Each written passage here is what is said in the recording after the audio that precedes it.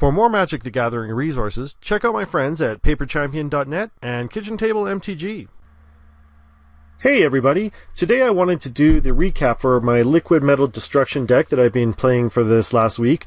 I've actually managed to get quite a few games in on it, and by that I mean like about 10. And I put up most of them, and some of them like they just weren't that interesting or whatever, but overall, you know, I'd say I probably had, I don't know, 65 to 75% win rate on it. Some of the wins actually were pretty good, and then some of the losses were just really, really bad. Like, throughout the week, I was like, this was kind of a work in progress, and so like I was experimenting, and you can see in some of the early matches, for instance, I got like seriously mana flooded or mana screwed. I had a really tough time like just trying to figure out what would go well inside the deck, and that's why like in the video descriptions I don't have a deck list yet, but I think I figured most of it out. Like, I think I have something good here, you know, that's at least playable, and this actually can win and be fairly competitive against most decks. Of course, there are some decks like Blue-Black Control running basically a whole bunch of counters and surgical extractions with extirpates and stuff like that is our worst nightmare. Someone actually played that against me, and actually they just totally crushed me. You know, I would post that matchup, but unfortunately it didn't get recorded. I was just kind of playing casually, but yeah, that blue-black matchup, that blue-black control just seriously crushed me. Just waited and countered my Liquimetal Coating and then extirpated it, and then I tried to play Myr Landshaper, and then he did the same thing, and I was just got destroyed. Anyways, that's pretty much our weakness, but most decks, like, you know, they have weaknesses. All decks have weaknesses and certain archetypes that just crush them. That's just ours, and unfortunately, you know, there's not much we can really do about it. Okay, anyways, let's go over what I came up with here. Now, I kept in a couple of the Ancient Stirrings, but I took out all of the Voltaic Keys. I just found that overall, like, you're generally, like, being able to untap your Liquimetal Coating seems really good, but it's not really that good. And here's the reason why, alright? So let's say, for instance, you've got the Liquimetal Coating out. Okay, so you're going to tap it, and you're probably going to pay 2 to destroy something, and then probably going to have to untap it for another 1, and then pay 2 again to untap it, and or to tap something else and destroy it again. Alright, so like that's going to pay 5 mana to destroy 2 things. And that sounds awesome, and you know, at turn 5 you might have that, right? But the problem is you just run out of gas. We don't really have any way to draw additional cards, and so, you know, like, you're not going to just have like late game, you probably won't have 2 like artifact destruction cards in hand, you know, all the time, unless you've got the Isochron Scepter out.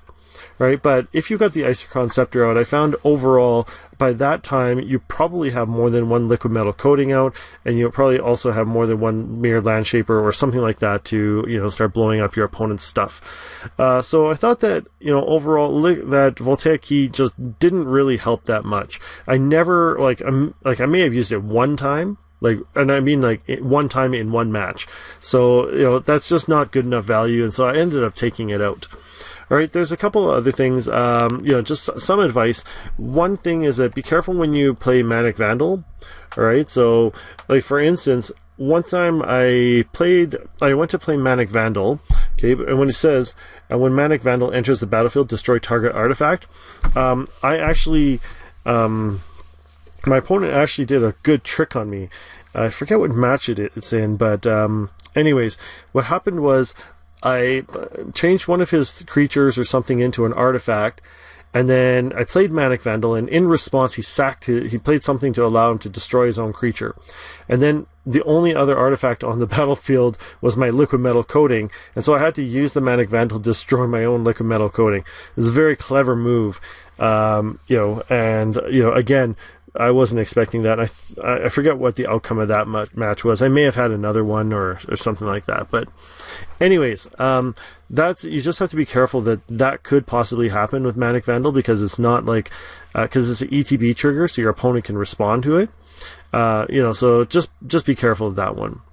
Alright, so anyways, I'll go through the cards and I'll explain why I kept them in and generally how I use them. Okay, so first one is Ancient Stirrings. Now, I put this to a 2 of because I generally found that I didn't really want it all the time. Most of the time, I use Ancient Stirrings just to get my land online. You know, so I'm just basically searching for a land. You know, occasionally I would get, you know, maybe a Liquimetal Coating off of it, which is good. When you really need it, then, you know, that's great. You know, it's good to have, but you don't want it all the time. You know, so I thought 4 of was just too much, so I just put 2 in there. Of course, I kept the 4 of Liquimetal Coating. Right, that's obviously the key, one of the keys of the deck. And Isochron Scepter, you're almost never sad to see Isochron Scepter. Although in one match, I did get 3 in a row of those, which just was awful, just awful. All right, Destructive Revelry is nice, especially because it does 2 damage, but mostly because you can destroy target artifact or enchantment, right? So your opponent puts out, you know, some enchantment that just sits there, and you can blow that up as well, and then you don't have to actually like change it into you don't have to change it into an artifact before you blow it up. Right, so that little bit of versatility actually is super, super nice, and I would actually like more cards like that if I could get them. All right, I'm going to skip this one for just a moment, but Smash To Smithereens, of course, is just your regular 2 mana, deal 3 damage to Artifact's controller. Okay, so that one's the same as a 4 of. Ancient Grudge is, I think I might actually put this as a 4 of. Right, I like having it as a 2 of is good, you know, but having this flashback is actually really, really sweet. I'm not sure what I would take out to do it. Maybe, I'm not sure, maybe Manic Vandal or something like that, but being able to flash it back would be super nice. I found it a lot of times, especially in like mill strategy or discard strategies, having it in the graveyard really helped because then you can flash it back. So, you know, I still might up this. I don't want to change the land count. Maybe take away 2 Splinters for that. And it just depends how you want to go. Okay, the Splinter combo is actually really nice, but because our deck is so slow usually, like I found like only once I got this, once or twice I got this off. So anyways, let's just jump over to Splinter and I'll come back over there. So Splinter is pretty awesome when you get it off, right? So exile target artifact, search its controller's graveyard, hand, and library for all cards with the same name as that artifact, and exile them. Then that player shuffles his or her library, right? So especially if your opponent gets like, you know, a little bit mana screwed, let's say they've only got like maybe 2 or 3 lands out on turn 4, if you can play this and like, especially let's say they're mono red or something like that, or let's say mono green or whatever, and you can just like blow up all their lands, but then you get to search their hand, their library, and graveyard for all those cards and just take them away. That's just awesome, you know, and you just wreck your opponent with that. So Splinter is actually pretty sweet, but like I said, at 4 mana, you don't really get to cast it that often, right? So I don't know, maybe doing an extra Ancient Grudge and maybe 3 and 3, or I don't know. I think I would favor 4 Ancient Grudge and 2 Splinters still. You know, so it just depends how you feel about it. I'm still kind of on the fence. Okay. Now, one that I changed in here was Tel-Jilad Justice. Okay, now Tel-Jilad Justice is basically the green artifact destruction, so destroy 2 target artifact. It has the same cost as Smash To Smithereens and everything, but it doesn't give you the 3 damage and no flashback or anything like that, but it does have that Scry 2. Now, let me explain why the Scry 2 is so important, okay, because let's say, like, in the beginning of the match, you want to get your lands online, right? And if you don't have the Liquimetal Coating, you really want to get that online as soon as possible. And being able to scry is just awesome. Okay, now, let's say, for instance, you can put this on Isochron Scepter. And if I could, I would definitely choose to put on Isochron Scepter almost every time. Because, as I said, you tend to run out of gas in this deck, and you know, later on in the game when you've got 4, 5, 6 mana up, you know, if you're controlling your opponent, you're basically like, they can put something out and then you blow it up, and they put something else out and you blow it up, you know, like 1 or 2 things, right? But you got to keep drawing gas for that, you know. And so if you get like 2, 3, 4 lands in a row, it just really sucks. Right, so when you cast Tel-Jilad Justice and be able to scry with it, Scry 2, you can basically control your draw a little bit and make sure you keep drawing into gas, which is really nice, or keep drawing into what you need, especially if you can get that on Isochron Scepter. Being able to control your next 2 draw steps is, just unbelievably good. All right, now I basically took out 2 of the Myr Landshapers and put in 2 Ensnaring Bridges. Okay, mainly because I found that, very often we are shields down, and Ensnaring Bridge is just nice. I don't know if it's, I don't think it's a 4 of, because, basically, sometimes you're going to have a ton of cards in your hand because you can't get Liquimetal Coating online fast enough, but often having a Ensnaring Bridge just helps you, against huge fatties that otherwise would just blow you up or destroy you, and at least it'll give you a chance to get into the game. Now, I don't think I ever used Myr Landshaper.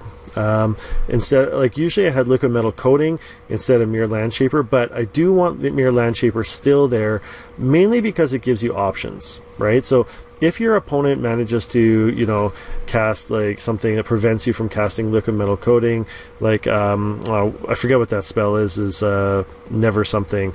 Anyways, but makes it so you can't cast a spell, or they extirpate your Liquimetal Coating or whatever, then you can always do a Myr Landshaper and just keep blowing up their lands, right? And just gives you some options. Now, special shout out to Kitchen Table MTG. They suggested Mycosynth Lattice. Now, this is a bit more of an expensive card. I guess I'm not really concerned that much, if I have Ensnaring Bridge in there.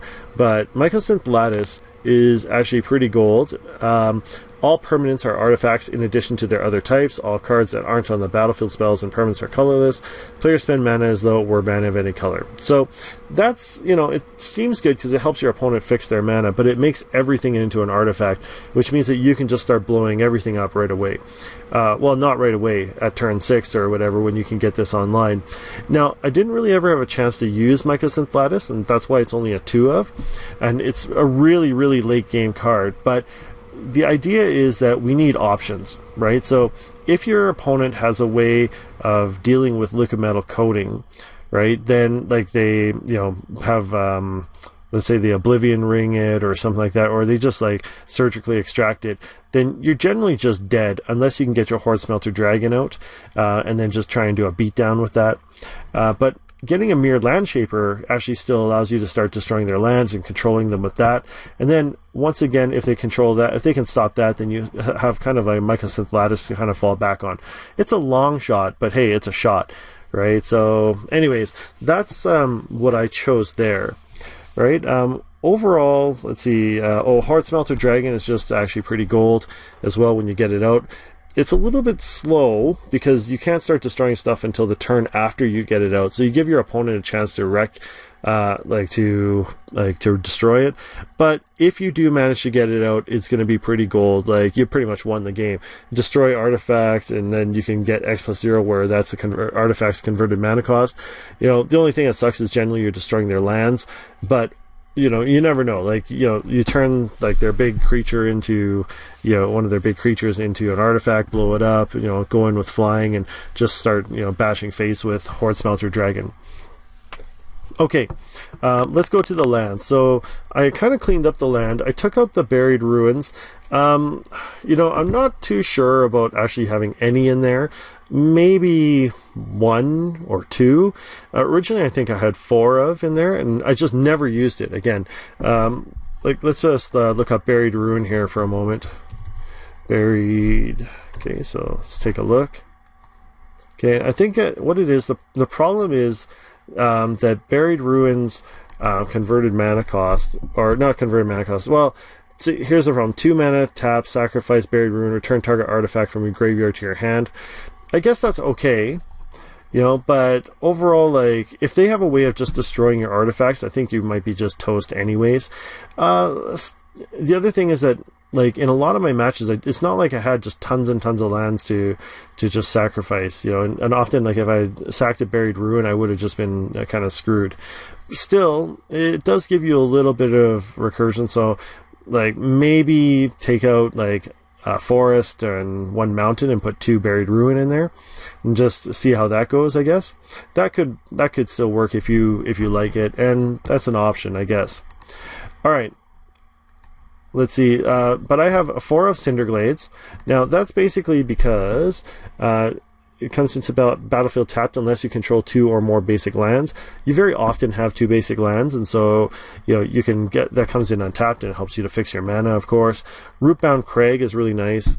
Unless you control a mountain or a forest. Like I said, you almost always control a mountain or a forest, especially because Cinder Glade is also a mountain and a forest, right? So a lot of times you can even go turn 1 Cinder Glade comes in tapped. You don't really have any turn 1 plays anyways, unless you have Ancient Stirrings. And then you got your mountain, forest, or whatever. Rootbound Crag can come in untapped or whatever. All right, my other lands here are Windswept Heath and Wooded Foothills. Now, I know these aren't ideal. All right. Ideally, I would have 4 Wooded Foothills, but actually, what I had is I already had the 3 Windswept Heaths from another deck, and so it's just kind of a budget way of so I didn't have to spend extra money to get the fetch lands in there. And then I found that I just kind of needed a few more fetches, and so I took Wooded Foothills, and allows me to get the mountain or forest. Now, the reason why fetch lands are so important, especially in this deck, again, is because you got to draw action, right? So early game, getting mana screwed just sucks because you just can't do anything. And I've had decks like that where all I get is mana, or all I get is no mana. Or not decks like that, but games like that. But basically once you get to 4 or 5 mana, you don't really need much more than that, especially after 6. So once you can get Mycosynth and Hoard, Smelter, Dragon out, you're probably not tap, untap, blow this up, blow that up. You're probably not doing that. Probably you've ground down your opponent at that point, so you don't need probably more than 6 lands on the battlefield at once. So you don't want to be drawing, extra lands. You don't want to be drawing 8, 9, 10 lands. So, basically I put the Windswept Heath and the Wooded Foothills there to just thin the deck out, so that you're getting fewer and fewer lands in the decks as you go, and you're more likely to draw into action. Alright, so anyways, let's just jump over to the sideboard. Okay, so in the sideboard, I kept 1 of Smelt. That's basically just in case you feel like you need a little bit more artifact destruction and maybe something a little bit faster. If you're playing against something like Affinity or something like that. A lot of times, especially on turn, let's say on turn 2 you got your Liquimetal Coating out, and then turn 3 you play a land, and then you got a Smash To Smithereens, but your extra 1 mana can't really do anything, so then maybe a Smelt is good there. I found Blood Moon. There's a lot of basically Blood Moon is just an awesome card. Going mono red doesn't really wreck us that much, because we still have some basic forests that we can fetch for. So you can play early, fetch for a couple, 1 forest. Remember, if you sideboard Blood Moon in, you should probably take out Splinter. Right, because it's going to be highly unlikely you're going to be able to pay out this double green cost. And basically, Splinter, what we're trying to do is attack their lands, and so Blood Moon's also attacking their lands. So what we would do is, if you're going to play Blood Moon, you should probably sub them out for Splinter, and I would probably do all the Splinters out, 3 Blood Moon and a Smelt or something like that. Alright, so Anger of the Gods and Pyroclasm is basically against token strategies, a bunch of small creature white weenie type strategies that can just kind of beat face on you early on. It works really good against elves and stuff like that.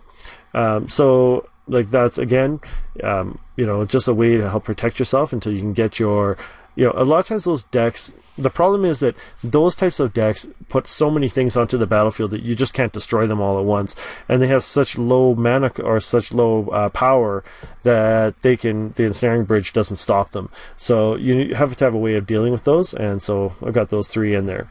Nature's Claim is actually just there, and along with Smelt, actually, I put that in there mainly because I was anticipating someone might have something like Chalice of the Void.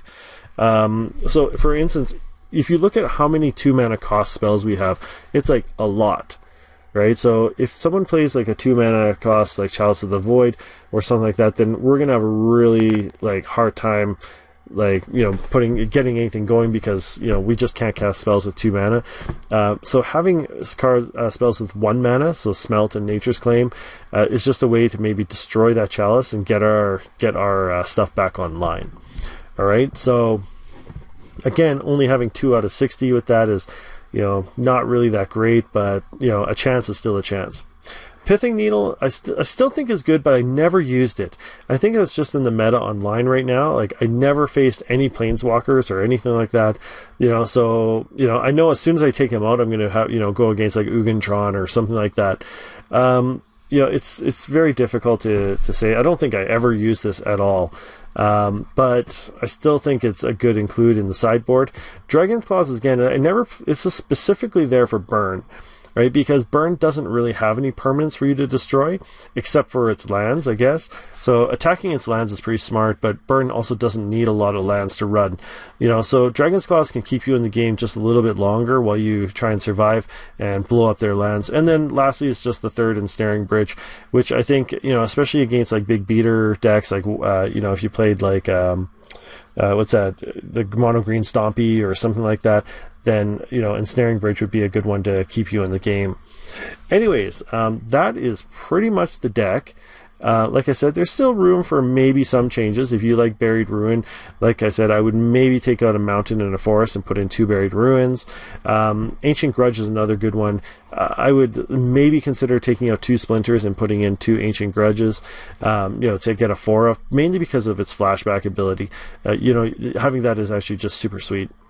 Anyways, that is the deck. I hope you guys enjoyed watching those battles. And anyways, stay tuned. So shortly I'll be coming with another video for this week, talking about how to get new players into the game. So anyways, hope you enjoyed it. Thanks for watching. I'll see you next time.